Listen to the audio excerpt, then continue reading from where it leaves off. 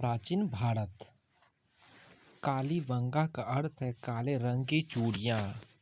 अग्निकुंड की प्राप्ति हुई है लोथल कालीबंगा से। घोड़े के हड्डी के अवशेष सूरकुंडा से। सिंधु सभ्यता की सबसे बड़ी इमारत है मोहनजोदड़ो। खोज 1922 से प्राप्त अन्नागार हुई है।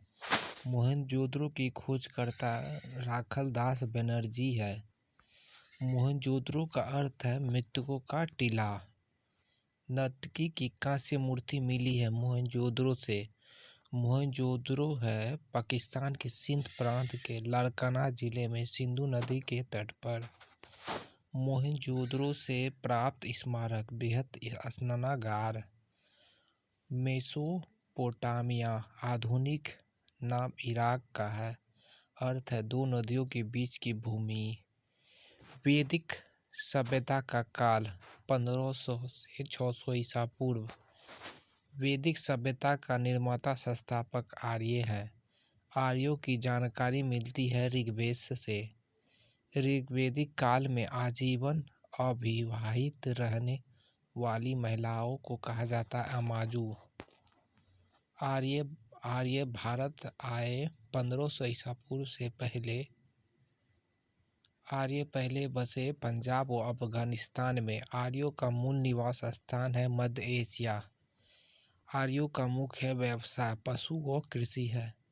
आर्यों की भाषाएं पेय पदार्थ थी। संस्कृति सोमरस। आर्यों का प्रिय पशु देवता थे घोड़ा इंद्र। आर्यों का समाज था पितृ प्रधान। वेदों व वेदांतों की संख्या है क्रमशः 4 व 6। सबसे प्राचीन वेद ऋग्वेद सूक्त 10 व 28। ऋग्वेद के संकलनकर्ता कृष्ण द्वैपायन वेद व्यास। ऋग्वेद ऋचाओं को पढ़ने वाले ऋषि को होत्री कहा जाता है। ऋग्वेद में सर्वाधिक बार वर्णित नदी है सिंधु। ऋग्वेद में वर्णित सबसे पवित्र नदी सरस्वती है। ऋग्वेद में गंगा यमुना का उल्लेख 1 से 3 बार है। ऋग्वेद में वर्णित प्रमुख देवता इंद्र पुलंद। गायत्री मंत्र ऋग्वेद के तीसरे मंडल में है। गायत्री मंत्र के रचनाकार है विश्वामित्र। गायत्री मंत्र समर्पित है सूर्य देवता सावित्री को। 10 राजाओं का युद्ध का उल्लेख मिलता है ऋग्वेद के 7वें मंडल में। 10 राग युद्ध लड़ा गया पुरुषनी रावी नदी के तट सुदास व दास जनों के बीच। 8वें मंडल की रचिकाएं कहलाती है खीर। सोम देवता को समर्पित मंडल है 9वां। ऋग्वेद में सबसे बाद निर्मित मंडल 10वां है। ऋग्वेद की मूल लिपि थी ब्राह्मी लिपि।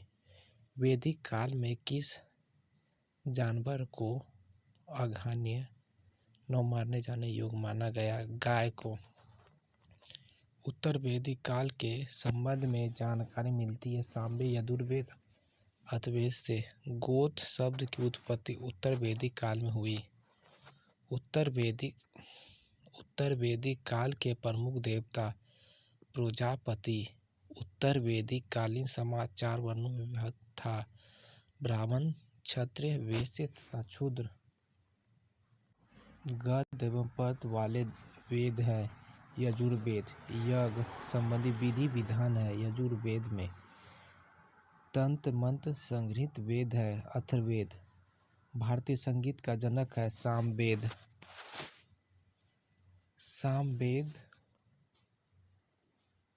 सामवेद यजुर्वेद के मंत्रों को उच्चारण करने वाले ऋषि कहलाते उद्गाता।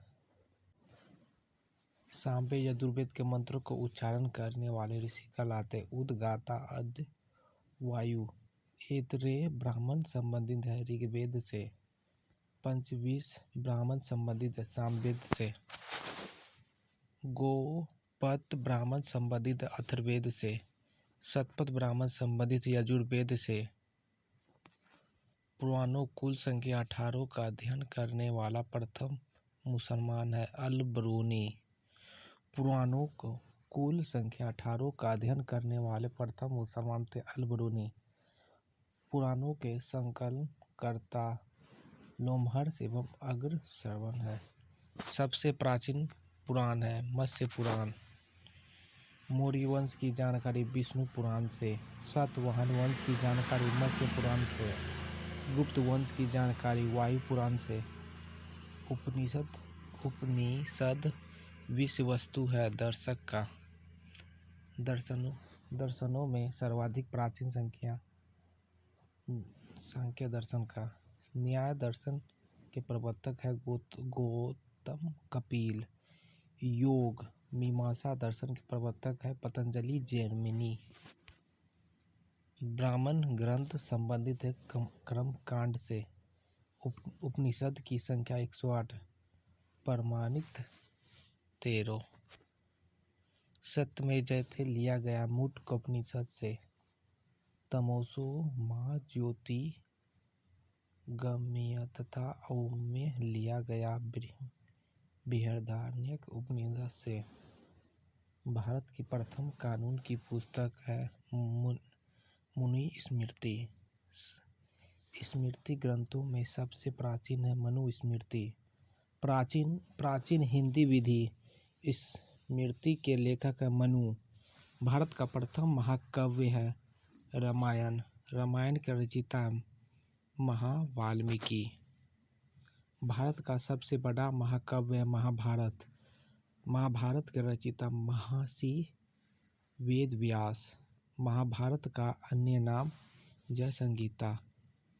महाभारत का फारसी अनुवाद जमनामा नाम से किया था बदायूनी ने 16वीं सदी में।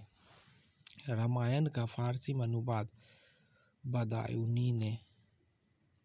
चार वेदों का सम्मिलित रूप है संहिता। बुद्ध जन्मे थे लुम्बिनी में 563 ईसा पूर्व में। बुद्ध के जन्म का प्रतीक है कमल व सांड। बुद्ध की मृत्यु कुशीनगर में 483 ईसा पूर्व। कुशीनगर थी मल्ल गणराज्य की राजधानी। बुद्ध की मृत्यु की घटना महापरिनिर्वाण। बुद्ध के पिता शुद्धोधन शाक्य कुल। बुद्ध की माता महामाया देवी कोल्य वंश। बुद्ध का अन्य नाम था सिद्धांत तथागत।